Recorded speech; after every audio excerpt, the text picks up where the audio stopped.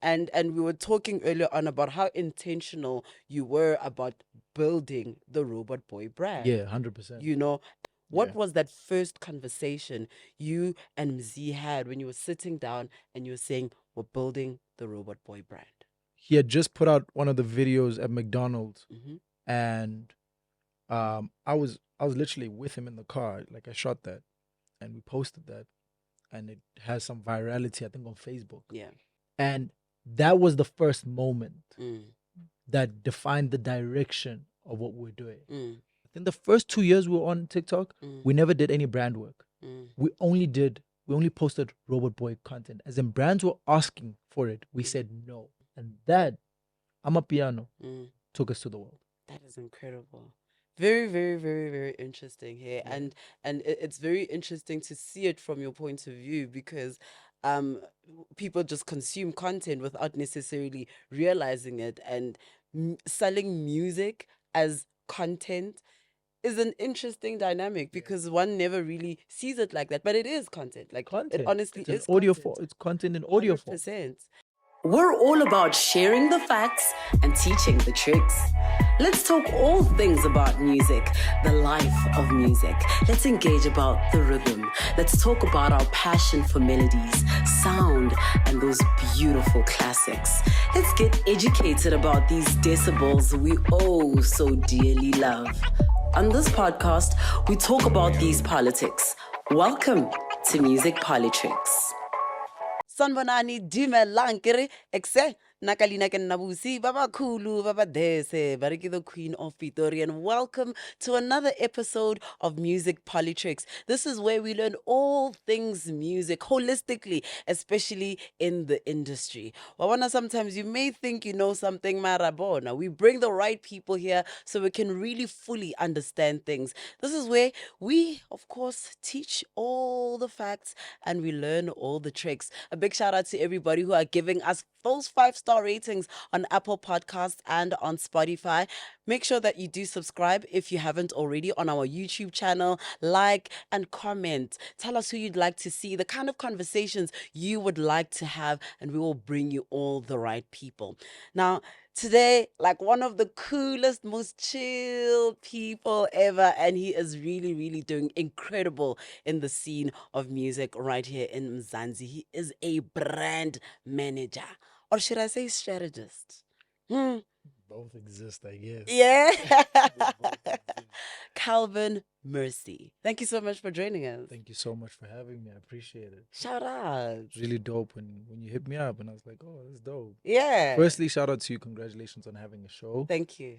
I think most people, just because there's so many like podcasts, etc., Mm. like people take that lightly. Yeah. But many people have ideas, but very few people, excuse me, start actually. Yeah. So congratulations to you. Thank And I'm happy to be here. I appreciate it a great Yeah. deal, man. Like, geez, like, what's very cool about you is, like, yo, man, firstly, I've heard a lot about you in the space. You know, I was actually very intentional about, and I was speaking to people, you know, like, sometimes when I want to get guests and I'm not really sure of the right person, I speak to other people who know the right person. I'm like, listen, man, I'm looking for someone who deals with brand management, who's the right person. And your name kept coming up. That's dope. That's dope. And I mean, that in itself was like, oh yeah. I'm just really big on just working. Yeah. You know, I think that's more important to me than the conversations around. And one of the brands that you're behind is, Yeah. of course, a favorite of, I can't even say South Africa, I can say the world, which is Robot Boii, So who's actually your best friend. yeah, that's my brother, most definitely. We've been friends for more years than we have been doing this thing together. Yeah. So we've been friends for over 10 years, and we've been doing this for roughly about 7 now. Sure. This is year number 7 that we're on. That is so cool, guys. Yeah, But yeah. look, let's rewind a little bit, right? Cool. Let's get to know you a little bit more. You studied management? Yeah, I studied business management. Yeah. At TUT. Yeah. I mean, that for me was, I've always been into business. Mm. So I think just a bit of context that I always give is like, I was on the other side of this conversation. It's funny that I landed up on this side of entertainment, the way I did. But I've always been on the other side in terms of just business and understanding the corporate structures and marketing, etc. So I leaned more on that side of the conversation or the boardroom, I guess. And but that played a very big role to where I'm positioned right now, which is then understanding how companies are built, not only from a financial standpoint or from a corporate structure standpoint, but even the elements of like, the branding aspect, which plays such a big role in culture, in what we see, even in entertainment itself.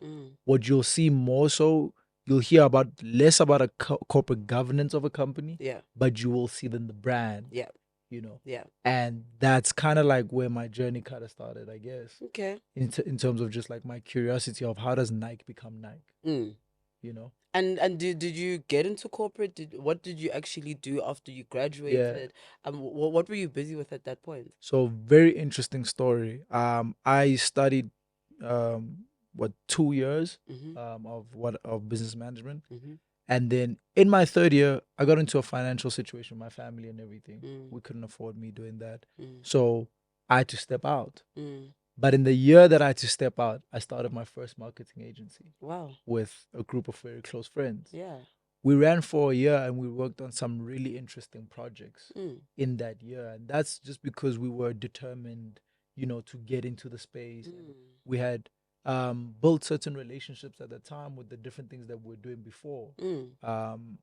And from that, which is very interesting because then I take another pivot and I do that for a year. And then I go work at church for 4 years after that. Okay. Which then becomes interesting because that's how I got into the world of production. So I got into the other side of the camera itself. And this is more so towards how do you get the product that we see that brands utilize to carry a message. So my curiosity was that. I mean, I said you watch music videos, you watch movies, you watch commercials, etc. Till that point, I never knew how that stuff was made, actually, outside of knowing that a camera is used. Yeah. So I went from my curiosity to then being able to run 7 shows and do live productions. Wow. I've done stadium productions, etc. So now what you then have, if you kind of paying attention to the timeline, you have a business background of where I studied business management. I went into marketing and deep diving into that as a craft. And then I went into production. So now when you bring these 3 in, incredible, you have these 3 elements that allow you to understand what happens in front, what happens at the back, and how do we sell it. Sure. And that is important. That's then the main thing. Yeah. Right. Yeah, absolutely. So yeah, that basically becomes my journey. And when you guys did the marketing agency, like who were your clients and what kind of sort of clientele did you guys have? It was so interesting.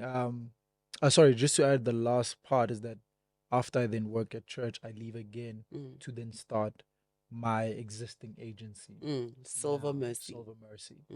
Right. So that becomes the beginning of now this page in this chapter, I guess. But I mean, already just back then, the clients that we had, we had Woolworths. We did something with Woolworths, which was very interesting. We worked with some Japanese company. We did some campaign for them. We did quite a few activations with like Telkom, etc. And right about that time, it was when Telkom came up with ATA. Yeah. Right. That's so cool. And we kind of gave a lot of like the foundation of the creative ATA. We'd come up with that. This is outside of the actual big commercial. Wow. That was some big company, of course. But that commercial with AK, etc., that panned out into a lot of activations and things like that, which we kind of helped them come up with some stuff where that's concerned. So it was a very interesting start, just that in itself. But that plays then the role to say, you then get to understand how agency works. Yeah.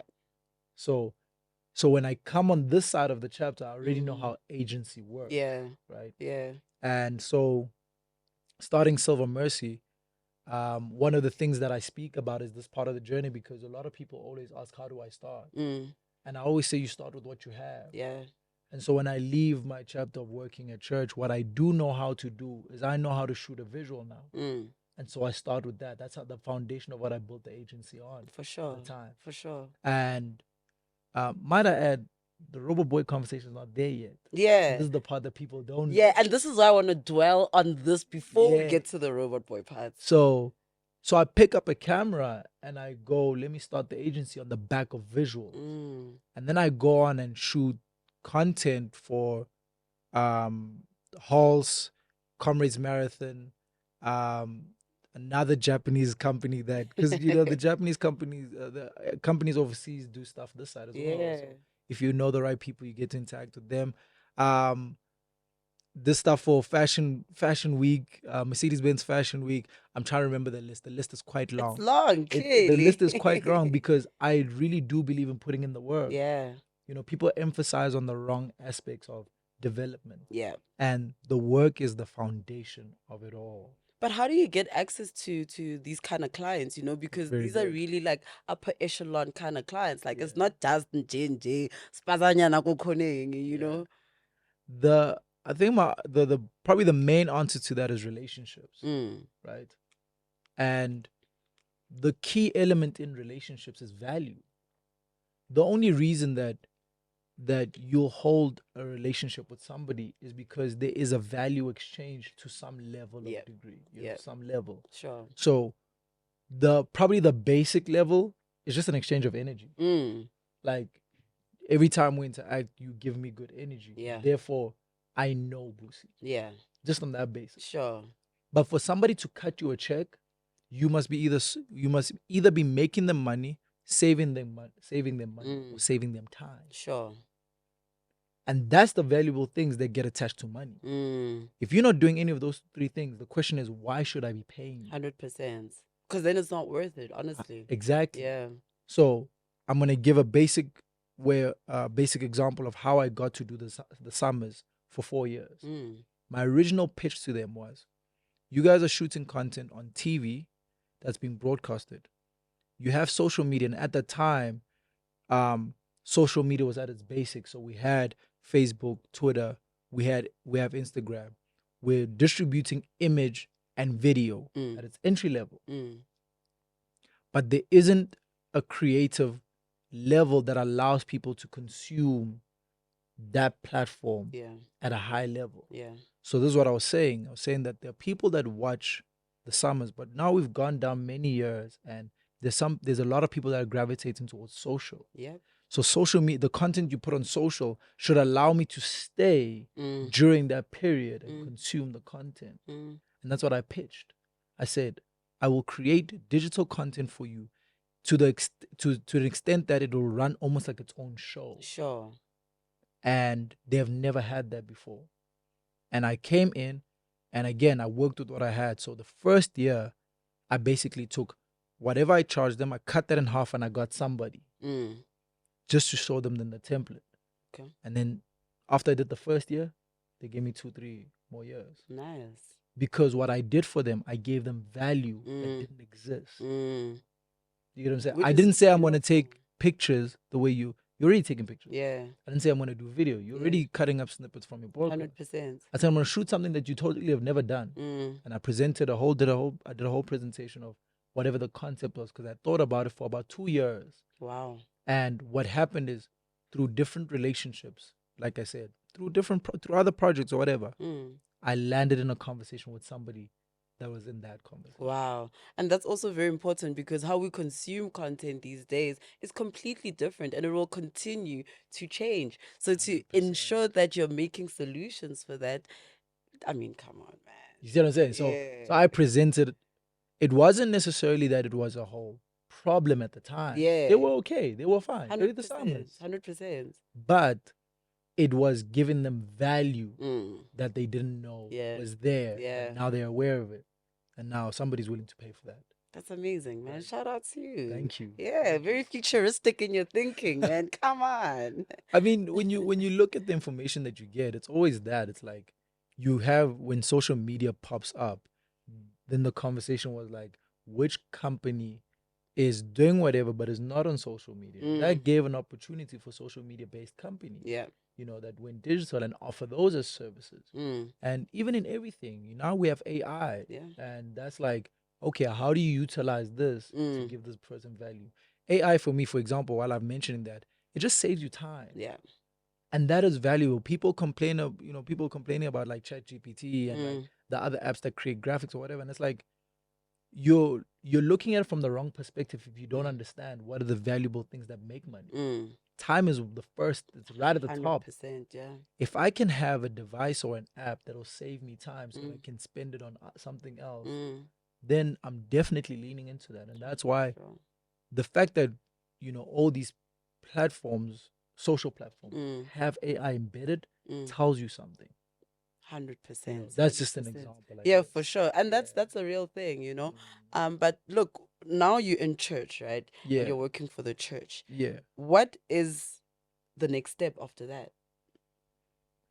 While I was working in church, or like what happens after? Yeah, as in like, because you are obviously doing a lot of production work for the church, but then like to grow yourself and to sort of amalgamate all your skills and all your knowledge and everything, what do you then do? How do you then sort of proceed to the next step and the next level of what you know and what you do? I think in also in line with the question you'd asked earlier as well, to say, how does one then, kind of build the relationships as well? The main thing, one of the main things I learned actually was studying is very important, right? And when I say studying, a lot of people are going to think studying in a university, getting a degree, etc. Yeah. But that's one way we've been taught the concept of studying. But the only way you can master a craft is if you study. Yeah. And studying is actually gaining information, understanding that information enough for you to teach someone else. 100%. That's what that is by actual fact, right? So in that period while I was working at church, I actually studied. I obviously did what I was doing, which was mainly production, but I still continued to consume the different things that were happening around. And especially when you're consuming not just what's happening in the location you're at, so the country you're in, but I consider myself a global citizen because of that. I consume what's happening around the world. What that allows you to do gives you such an advantage, because you can present something here where you're at that's not happening, but that's happening out there as well, right? Yeah. And the biggest thing with content now is information. What we're doing right now is we're giving somebody information 100%, that they may not have gotten in a different way of trying to consume information, right? Yeah. So that's what I did. I became a sponge to information because I allowed myself to not just get stuck in what I'm doing here, but to understand what's happening outside as well that I could take from. Yeah. One of the things that I allowed myself to do was to basically understand or get understanding of different disciplines as well, like different design languages, etc., and all of that. And so what that allowed me to do is to almost like what I would say, kind of gain the confidence to still engage in other conversations, right? So if I saw that Busi was doing a project like such and such, then I would offer to engage with that on a free basis to then learn the practical of that. Cool. So one thing that I did then while in my period of working at church, I consulted for online magazines. Oh, that's cool. Yeah. DreamStream, a place to create yourself. Record video, music, and podcasts in our full-service studio.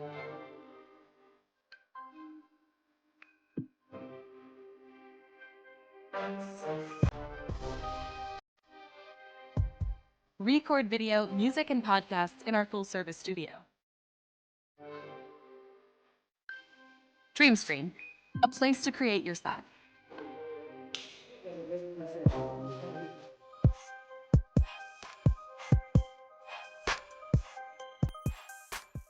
So that then also brings out a different, just aspect, the creative aspect, etc. But also when you do those things, it helps you build the relationship, like I said. That's true.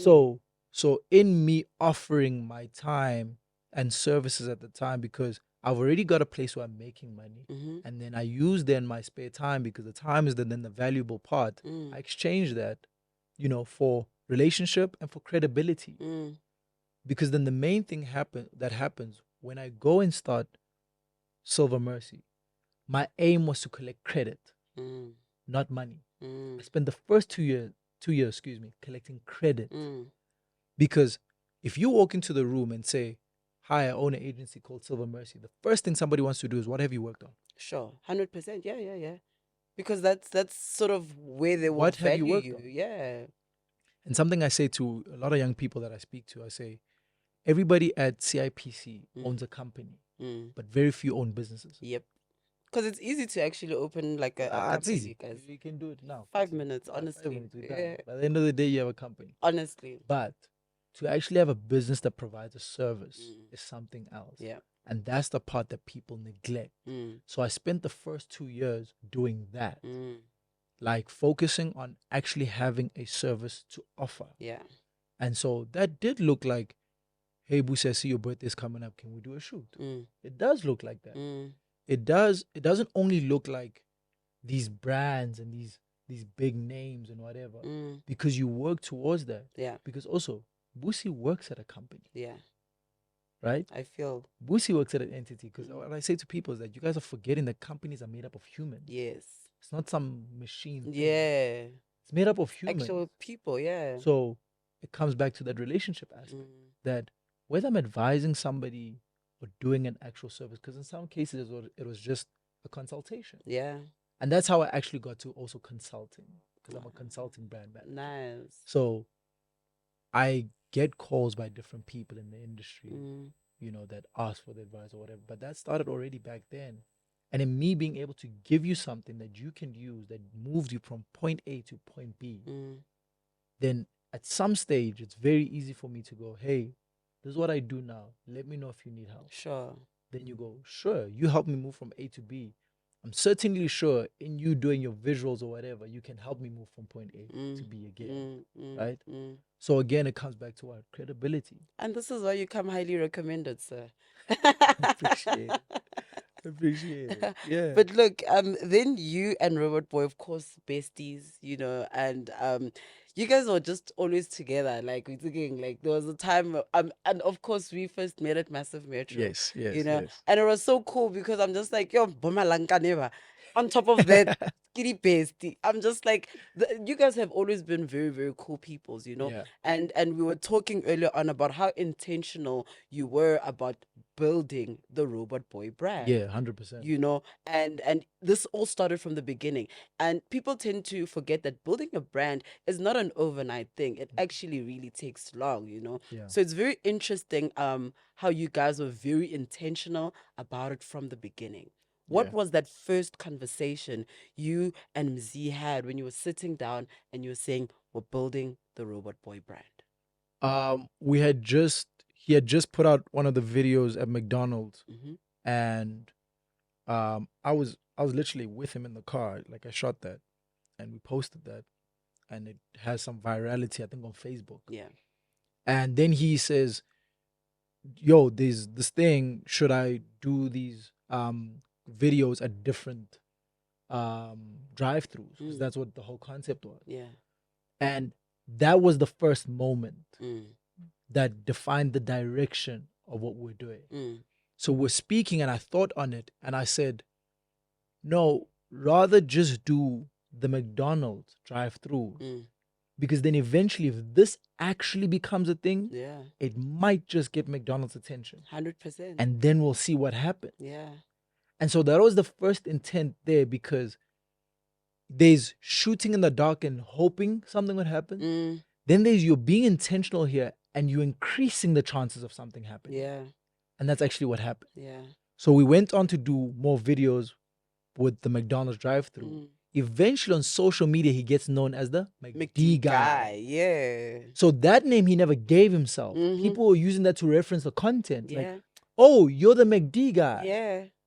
And that then translated to McDonald's picking up on that. Yeah. And then we did a collaboration with McDonald's. I think we worked with them for 2 years. Nice. Yeah. And how do you then grow the brand? Because I'm sure it was very complicated to make sure that he doesn't just stay the McD guy, so that he can develop into his own unique brand, right? For sure. But what is now the conversation then? Because one thing about Mzi, he can do everything. Yeah. Like he's incredibly talented. Yeah. You know. So how do you then guys move on to sort of grow the Robot Boy brand, and for him to just be Robot Boy and not necessarily just the MACD guy?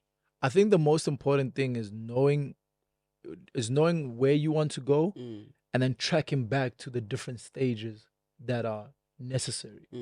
So a lot of the times people try skip steps. Yeah. Excuse me. And skipping steps is going to result you in two things. You're either going to be disappointed, or you're going to land yourself in a position that you can't handle because you're not ready for it yet. Yeah. Right? So what we then basically did, we kind of sort of had established a roadmap. So already in the beginning, we go from him creating content in the car. So then the question is, what's that next step? Right? So the next step was a stage. Yeah. So that was MC. Yeah. And all we did with the MCing was we just asked for 5 minutes every time. It wasn't to MC a whole event. It was just like, can we just have 5 minutes? So he just basically does a cameo and appearance. But he's technically doing MCing abilities, because then from his 5 minutes, he'll introduce the next guy. Sure. But in that 5 minutes, he leveraged the content that was viral for the attention. Because then your keys is two things. It's basically to utilize what you have to get onto the next stage or the next platform. Yeah. And while you're on that platform and on that stage, it's to grab as much attention as possible in that 5 minutes. 100%. Hence why they call it 5 minutes of fame. You have 5 minutes to get everybody's attention. Then when you have the 5 minutes, the question is, what do you do then with the 5 minutes? And that's why at the end of the day, the most important thing becomes the work. So what you'll see as a basis throughout is the content. We then very quickly understood what we were selling, which was content. Sure. People watch it and they like, oh, you guys are doing a lot of things. Da, da, da. We're not confused. Yeah. That's why it's very consistent. Yeah. It's the individuals that try do a lot of things that are confused with what they're doing or where they want to go that don't land. Sure. We sell content. Yeah. And we've discovered that we can form content in different ways. So content goes from a car, he's shooting the videos, then we get on stage, he communicates the same content from a stage. Sure. You go from 5 minutes to 30 minutes to an hour to a show. Now I give you that content for an hour in form of our interaction. Yeah. Then you take that and you put it on TV. He's hosting a TV show. Yeah. Content. Still. Right? Now, the advantage is that we understand production. So we take advantage of that. Yeah. You know? So that's essentially how you then go, is that you're trying to establish, when I'm here, what should be my next step in development, not an arrival. Sure. Because to be honest, Z could have started rapping as soon as possible, you know, For sure. literally from the start. But that is not what happened. No. He's always known how to rap. Yeah. He's always known how to play drums. Yep. He's always been a dancer. Yep. He's always, all these things have been there. Honestly. But it was at that moment in time, what did we have? What was the attention of? And you see, attention is a very important commodity. Yeah. That's what is being sold right now. Every Absolutely. platform is basically navigating and selling attention. Yep. So hence why I said at that time, there was no such thing as a personal brand. Well, the personal brand conversation was establishing. But what we knew we had was attention. And so it was like, let's leverage this long enough for us to hold our own audience. Then the confidence we have in introducing a different part of the Robot Boii brand is the fact that we know we have an audience. Yeah. We're not talking about the whole market. We're talking about our audience. Yeah. And then even that in itself, when we sit in any room with any other brand, we know that we have the attention of 1 million people. Yeah. Facts. Of any post. Yeah. And that's ours. That's not us asking any platform to come on, whether it's TV, radio, etc. That's on ours. You get what I'm saying? I feel you. And that was intentional because that's what Nike and an NBA has. They've got this attention that they can navigate and do their own thing without anybody else. And that they've built that over years. Sure. And that comes to what you were saying with time. Yeah. That look, if you look into it, the biggest brands that you name off the top of your hand are all bigger than, they've all ran longer than 20 years. Yeah. So what makes you think that you can do it just like this in a Honestly, year or 2 years, can you just imagine? because a video went viral? Yeah, yeah. And how do you then grow a brand like so Robot Boy now he's got the attention literally of South Africa. How do you then grow to a point where now he's got the attention of the world? Yeah, that was an interesting one, but I will say we've taken direct advantage of social media Mm.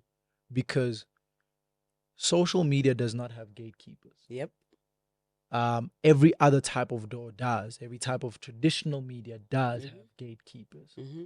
Social media does not. As in, if you post a video and it has 2 million views, those are actual 2 million views, Mm-hmm. and no one can stop that from happening. Yep. No one can interrupt that. Yeah. That's what it is. Yeah. So we took advantage of that in the sense that something like an Instagram and a TikTok, understanding how those platforms work. So the same way I sat and understood how corporate governance works, and when I'm sitting in a boardroom, how to navigate those conversations, etc. We basically took time and understood how do the platforms work. Cool. And that's something very few people do because they think it's just the posting aspect.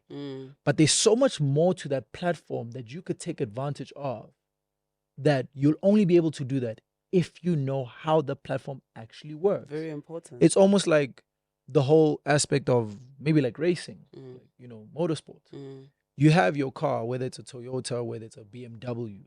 There's a way you drive it when you're driving to work. Then there's a guy, if you give him that car and you put that car on a track, he's gonna show you something with your car that you've never seen before. 100%. That's because true. he knows how the car works. Yeah, that's true. So that's what we did. We understood then how the platforms work. A platform like TikTok can do a lot. Yep. Right? And we never really needed TikTok, but we understood how it works. Out of all the platforms, it has the most virality. Yep. That's how that algorithm is built. Yep.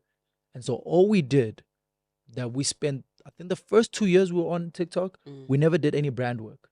We only posted Robot Boy content. As in, brands were asking for it. We said no. So for 2 years, all you saw on his page was him. And that counts for a lot. Yeah. Because if a video is going to go 5 million views, Yeah. when everybody comes back to look, they're not dissolved by other things. Sure. All they're seeing is this person and all the content that they do. Smart, hey? So again, intentional. So the moment that happens was when we did the song Salar. That song gave us the furthest traction. And then the second thing that happened, 2 different layers, is understanding how far a craft can get you and what's happening in the market at the time.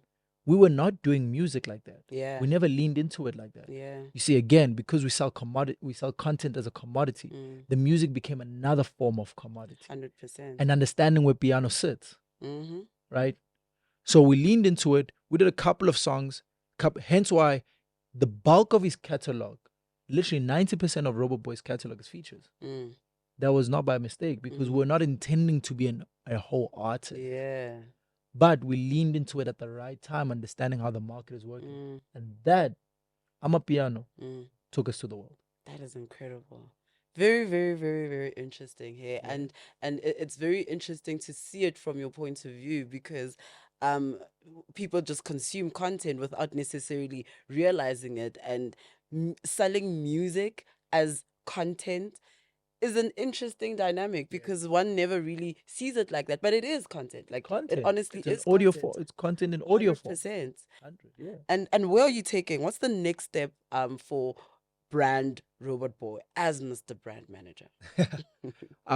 Look, we're very intentional in Africa being a conversation. Like SA in Africa, he's definitely, like proudly South African. Yeah. And you don't detach, like I said, entities and brands are made up of human. So you don't detach that away. So very proudly SA. So kind of like growing that here, and more so in SA, it's like really us being in a position where we can kind of give back, I guess.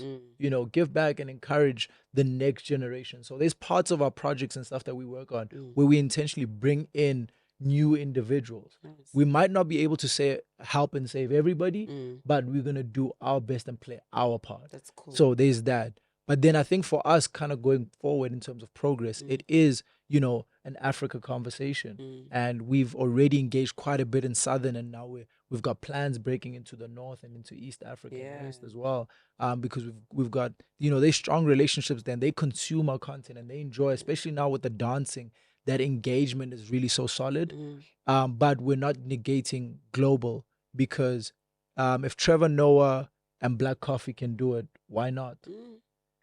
After Black Coffee won his Grammy, my tweet was very simple. I said it is possible. Yeah. It is possible. Yeah. Because if you go into the Black Coffee story and where he sits, he shouldn't. He shouldn't win that Grammy. He shouldn't be one of the best DJs in the world. But he is. He is. He really is. And there's someone watching this right now. Perhaps they want to get into brand management, and perhaps they are in a position where they want to grow their brand, to take it to the next step, and perhaps be intentional about it. What kind of advice would you give someone like that? Okay. To somebody who wants to be a brand manager, the trick is really studying different brands. And that looks like, sitting with a brand like whether Yeezy or whether, even here, Matkosa, sitting with Richie Mnisi, Teo Magugu, sitting with those as case studies and learning and understanding that every intricacy plays a very big role in what they are today. Excuse me, a couple of years ago, I presented on my social media a whole case study about Matkosa, and for me to do that, I had to go study it. I had to sit and read up on him and listen to all the interviews, etc. See, people don't want to do that. That's the only way you really gain information. That's the only way you become the best at what you're doing. Because if Kobe Bryant says, I take 1,000 shots before I leave practice just so that I can get it right in the game, why do you think you can just quickly skim through social media and think that you're a brand manager? So that's on one side. I would say information is everything. I play the role that I play because of the information I consume. It's beautiful because it's like what you were saying earlier on, studying. You have to study. Yeah. You have to. It's very important. You cannot become a master without studying. Sure. That's just it. Cool. And I think for somebody who's trying to grow their brand, I definitely will advocate for understanding, again, elements of existing brands, like literally corporate brands, and then studying the top 5 biggest entertainers in the world. There's a reason why Drake is Drake. Yeah. There's an absolute reason. It's very specific. Yeah. There's a reason why Kanye is Kanye. There's a reason why Justin Bieber existed the way he did. Yeah. Study those, but also understand the platforms that you're existing on. Because once you are getting on a platform and you're trying to sell me a product, you're no longer a consumer. You're now somebody that's selling a product. So therefore, you need to sit at a different place where social media is concerned. If you're thinking you coming on and just tweeting the same way you used to when you're consuming, you want to do the same thing, you've missed it. Because when all your biggest brands that you see on the platform, when they come on there, they don't come on as consumers. They come on as providers. They come on as people that are coming to sell to you. So you need to take that perspective. Even as an artist, as a model, as a photographer, whatever it may be, that's what you need to understand. Understand how the platform works for you to be able to extract the most value from it, even as somebody who might not have the biggest budget. Incredible. Man, you like, this is why you're doing consulting. This is information people need to pay for, man. 100%, Incredible, for real. Thank you so much, Calvin. This has been so insightful and so interesting and intriguing, man. Thank you so much. You're very much welcome. Thank you for having me. I appreciate it. I don't do these a lot, so if I did come off nervous, I apologize if I stumbled over a few words, but it was an honor to just come through and just share with your viewers as well. Come on, man. I'm giving you this stuff for free. Pay me. 100%. Big shout out to Calvin Merci, and a big shout out to you. Thank you so much for doing the right thing and watching us right here on Music Politricks. If you want to book the studio for your own podcast, or maybe you want to record your own music, all you got to do is send that email. It is info@dreamstream.co.za. Make sure that you do subscribe to the channel, do the review thing on Apple Podcasts, on Spotify as well. Comment and tell us who you'd like to see, what kind of conversations in the music industry you would like to have, because Bona, look, I can bring the right person, okay? I can bring the right person for you. And of course, From myself, Nakalina Kenabusi, Baba Kulu, Baba Dese, Barike the Queen of Pitori, from Calvin and myself, Rowdy. One time.